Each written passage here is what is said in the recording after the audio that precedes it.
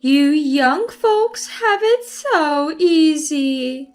I worked up until the day before I gave birth. Ignoring my plea to rest with just a week left before my due date, mother-in-law, who happens to be Sam's mom, dragged me out into the snowy cold and told me, "Go shovel the snow." Ever since I got married, I've been troubled by this overbearing woman who thinks she knows best. Never in my wildest dreams did I think this would lead to a major incident that involved our neighbors and made local news. My name is Kristen, and I'm 30. I've been married to Sam, a college classmate, for 3 years. He'd promised his parents he'd return to our hometown after graduation, and after doing so, began working at his family's generations-old donut shop. Meanwhile, I'd started working a regular job. Our long-distance relationship led to both of us wishing we could be together every day, so we decided to tie the knot. I moved to Sam's hometown, excited for a new beginning, but that excitement was crushed pretty quickly. "I'm not like other mother-in-laws. I'm strict. Be prepared to learn all about housework," she warned. I felt like I'd been greeted by a drill sergeant. While Sam and his father are generally quiet people, his mother has a piercing voice that echoes loudly. As someone who suffers from migraines, her voice was torturous to my head. She'd wanted Sam to marry someone from a similar business background. However, Sam firmly told her, "If you don't accept my marriage to Kristen, I won't continue the family business." Reluctantly, she agreed. Sam's dad, on the other hand, was kind to me from the start, saying, "She's the one our son chose." Their main house was near the donut shop, an old building built by Sam's late grandparents. Though old, it was renovated a few years ago. Sam and I lived in a guest house on the property. Sam had early mornings, heading to the shop for prep work. After waving him off, I'd rush to the main house. Waiting for me there, she'd often scold, "Come on, at this rate you won't get breakfast ready in time," slapping her hands together as if to emphasize the point. If I could, I'd tell her to stop clapping and yelling. But considering our roles, I held back. I knew that speaking out would only fuel her rage even more. I tried to brush off mother-in-law's nagging, doing my best to keep calm. Mother-in-law, could you maybe help me out a bit? Preparing meals for 15 people all by myself is a bit much. It's an age-old tradition since my husband's great-grandfather's time to have breakfast with the craftsmen. But mother-in-law wanted me to handle all of the food preparation on my own. And to make matters worse, she would stand behind me, constantly complaining about how I did things. "You're so slow. Your mother must have really spoiled you, Kristen." On top of that, there was this strange rule that I had to prepare at least 5 dishes. I was always pressed for time. Is this what you meant by household training? If this is going to be an everyday thing, I don't know if I can handle it. About an hour before the store opened, people started pouring in. "Oh, everything looks so delicious today." "It must have been tough preparing all this so early in the morning," Sam and the craftsman commented with sympathy. Their kindness was heartwarming, but then there were frustrating moments. "It's no big deal. Kristen is so laid back that I ended up doing most of the cooking again today." The way mother-in-law said it, as if she was the one who did everything, really got on my nerves. That night, when I was alone with Sam, I told him, "Your mom is so tough on me. She yelled at me again today. Is this what our future looks like?" Seeing me so disheartened, he replied, I'm really sorry about my mom. She seems energetic at the store, but she's actually a very shy and quiet person. She's just been trying too hard since you came. I found it hard to believe since I had only seen this side of mother-in-law. Still, knowing Sam was on my side gave me strength. The thought of getting a divorce because of mother-in-law's mistreatment never crossed my mind. Plus, it wasn't all bad. Thanks to mother-in-law's guidance, my cooking skills improved significantly. The elderly couple next door always greeted me with warm smiles. The butcher was super friendly, and the florist loved to chat so much that when she started, it'd be hard to leave for at least an hour. Even mother-in-law had her moments. It was a community filled with kind people. Although mother-in-law can be quite harsh at times, I thought. And then there was this one day. Wow, look at all the snow! I've never seen so much snow in my life! I was incredibly excited by the winter wonderland spread out before me. You see, I was born in the southern part of Texas, where it hardly ever snows. If it did, it'd be sleet, or at best, a few inches of snow. And that's a rare occurrence, maybe once in several years. Hey Sam, wanna build a snowman? Watching me gleefully play in the snow like a child, Sam looked on with an affectionate smile. From the main house, mother-in-law must have been observing because she commented, "At your age, it's quite embarrassing to get so excited over a bit of snow. Don't you worry about the neighbors hearing you carry on like that? It's so undignified." After her snide remark, she retreated back to her house. Standing next to Sam, who had a look of disbelief towards my mother-in-law's comments, I blurted out, "Hey, Sam, please don't expect me to take care of mother-in-law in her old age, okay?"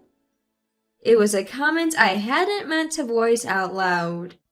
Time flew by, and 3 years into our marriage, there was a big change in our lives. I was pregnant.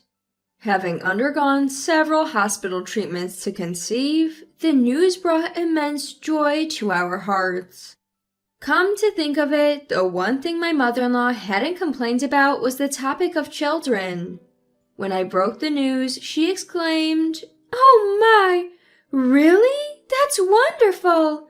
Kristen, make sure you don't catch a cold, okay?" Her unusually bright smile caught me off guard. However, it was short-lived, as she quickly reverted to her typical demeanor and added, "Well, I still expect you to keep up with the housework." I was constantly baffled by her ever-changing emotions. I phoned my parents to share the news. Amidst their congratulations, my mother hesitated. "Kristen, I'm sorry, but giving birth at our place might be difficult." To which I replied, "It's okay." I understood her concerns. My paternal grandfather lived with them, and they were already stretched thin looking after him. It wouldn't be practical for me to return there, baby in tow. My morning sickness wasn't too severe, but due to anemia, even preparing breakfast became a struggle. Noticing this, my mother-in-law sighed. "All right, move aside." She pushed me into a chair, grumbling, but took over breakfast preparations. "Thank you, mother-in-law," I said, to which she retorted, "I'm not doing this for you, just couldn't stand watching you struggle." Yet, in her actions, I felt a hint of unexpected kindness. As my pregnancy progressed, by the 3rd trimester, I was relieved from both cooking and going to the store. Though I'd have loved to say that this time was stress-free, my mother-in-law would pop by regularly to check on me. "Just making sure you aren't slacking off," she'd grumble. Still, she'd bring over both breakfast and lunch, a routine that continued until a week before my due date. "You know, mother-in-law is genuinely kind-hearted," I mused, hoping to bridge the gap between us. She stopped in her tracks, muttered something under her breath that I couldn't catch, and suddenly proposed, "Kristen, let's go shopping now." She was insistent that a little exercise would be good for me and practically dragged me outside. Even when I expressed, "I want to rest at home," she snapped, "You're so noisy. I worked until the day before I gave birth, you know. Young people these days are so spoiled." She forcefully took the keys from me, locked the door, and commanded, "Wait here, I'm bringing the car." All I want is a break.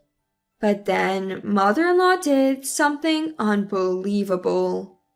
As she got into her car, she rolled down the window and declared, "Shovel the snow and do some work. You're not getting back in until you're done." With that, she drove away. Stunned by the unexpected turn of events, I froze for a few seconds before snapping back to reality. Wait, what? No way. I need to get back inside. Reaching into my pocket, I realized the house keys were missing. Recalling that she had taken them, a cold dread washed over me. I couldn't even call for help because I'd left my phone inside. Reluctantly deciding to walk to a nearby donut shop, I felt something wrong with my body. How much time had passed? My returning mother-in-law must have been shocked. An ambulance was parked on our property. Surrounding me were doctors, nurses, and a few neighbors. Sam and my father-in-law rushed over, their faces filled with concern. Above me, voices rang out. Who in their right mind would lock out Kristen, who's about to give birth? I'm so sorry. Mother-in-law apologized as the two of them scolded her. But honestly, I had bigger things on my mind. Frustrated by the noise, I shouted, "Enough! Save the lectures for later." A doctor chimed in, "Please be quiet, she's about to give birth."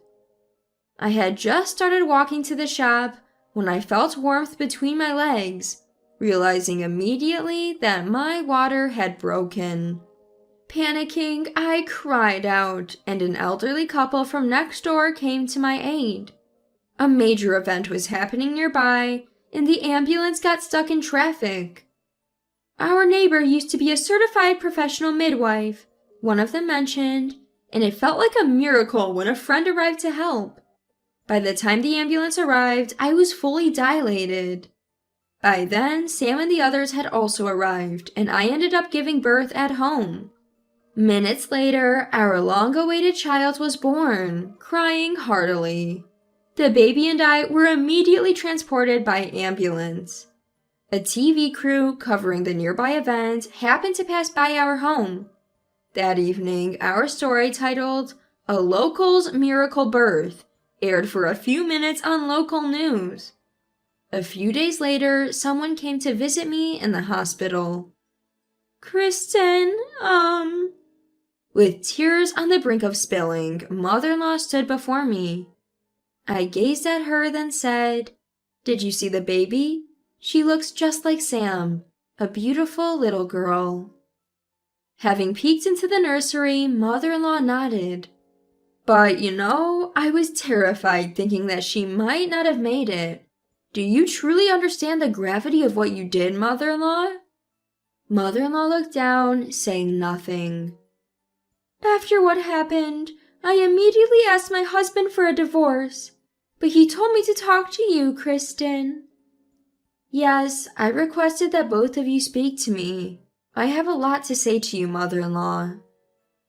Throughout our calm conversation, mother-in-law's gaze remained lowered. The day after I gave birth, father-in-law and Sam came to apologize. I told them I wanted to speak with mother-in-law. Then I added, "Aren't both of you relying too much on mother-in-law? Please take better care of her." I might have come off a bit preachy to Sam and father-in-law.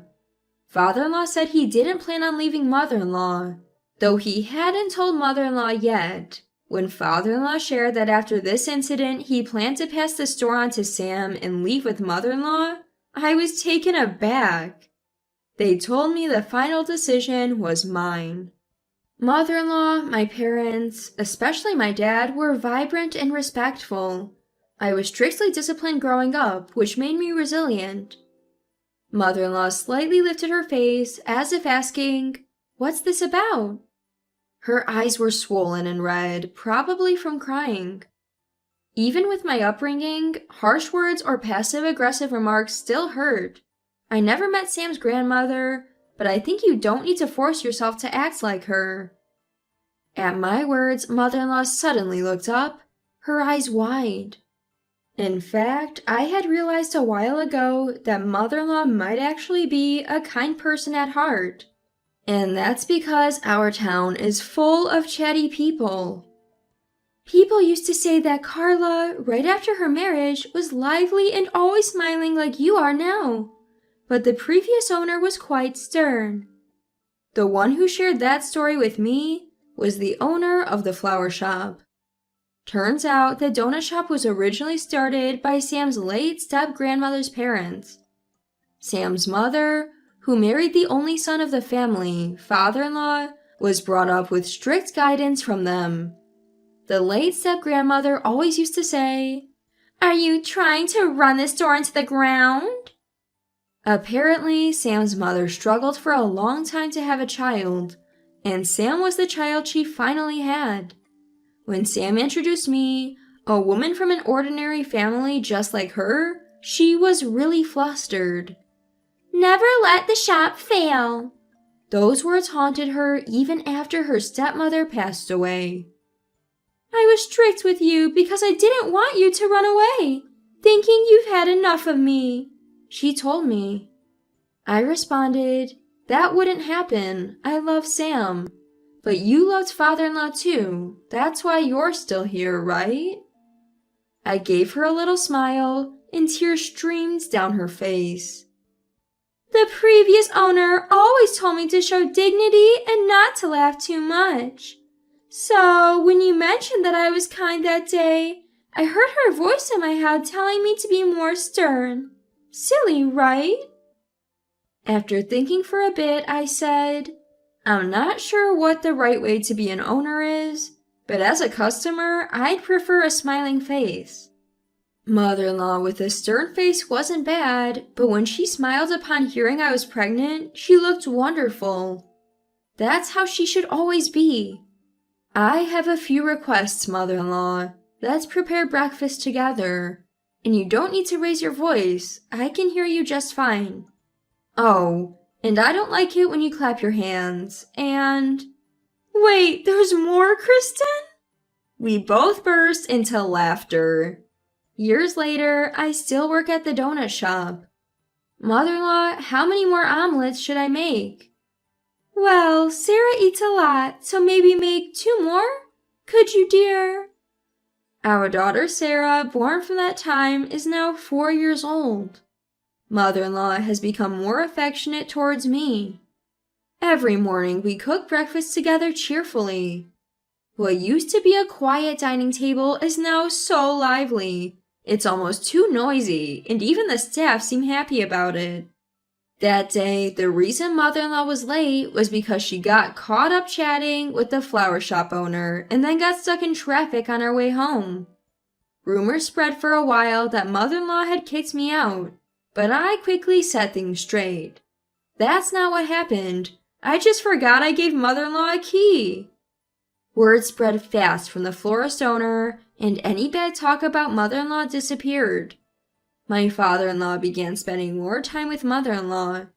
He left the store in Sam and the craftsman's hands, and the two of them started going out together more often. People in town began to say, "Carla seems brighter lately, like she's shaken off a bad spirit." New customers flocked in, and business was booming. Every winter, the town is blanketed in snow. "It's piled up again this year. Sarah, are you up for our annual competition?" I say with a grin, and my daughter Sarah responds with determination. "I won't lose." "Oh boy," Sam mutters as he steps outside. Our yearly snowman building contest begins. From the main house, mother-in-law emerges saying, "I'm on Team Sarah." Sarah's words make Mother-in-law smile brightly. Maybe I'll just watch, Mother-in-law says playfully. To which I respond, Mother-in-law, you can't forget our promise. With a smile I add, and don't worry about me.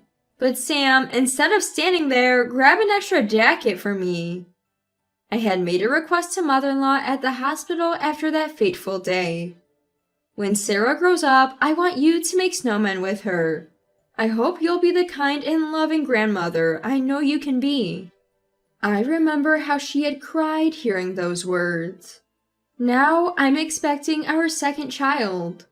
We recently found out it's a boy, and Sarah will soon have a little brother. Every day, Sarah lovingly strokes my belly, impatiently asking, "Is it time yet?"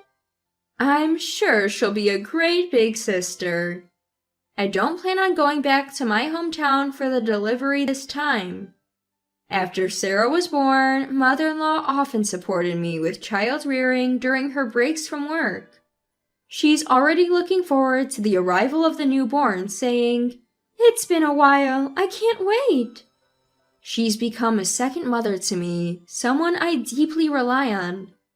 Despite the challenges, I plan to enjoy my life here, with the land and its people.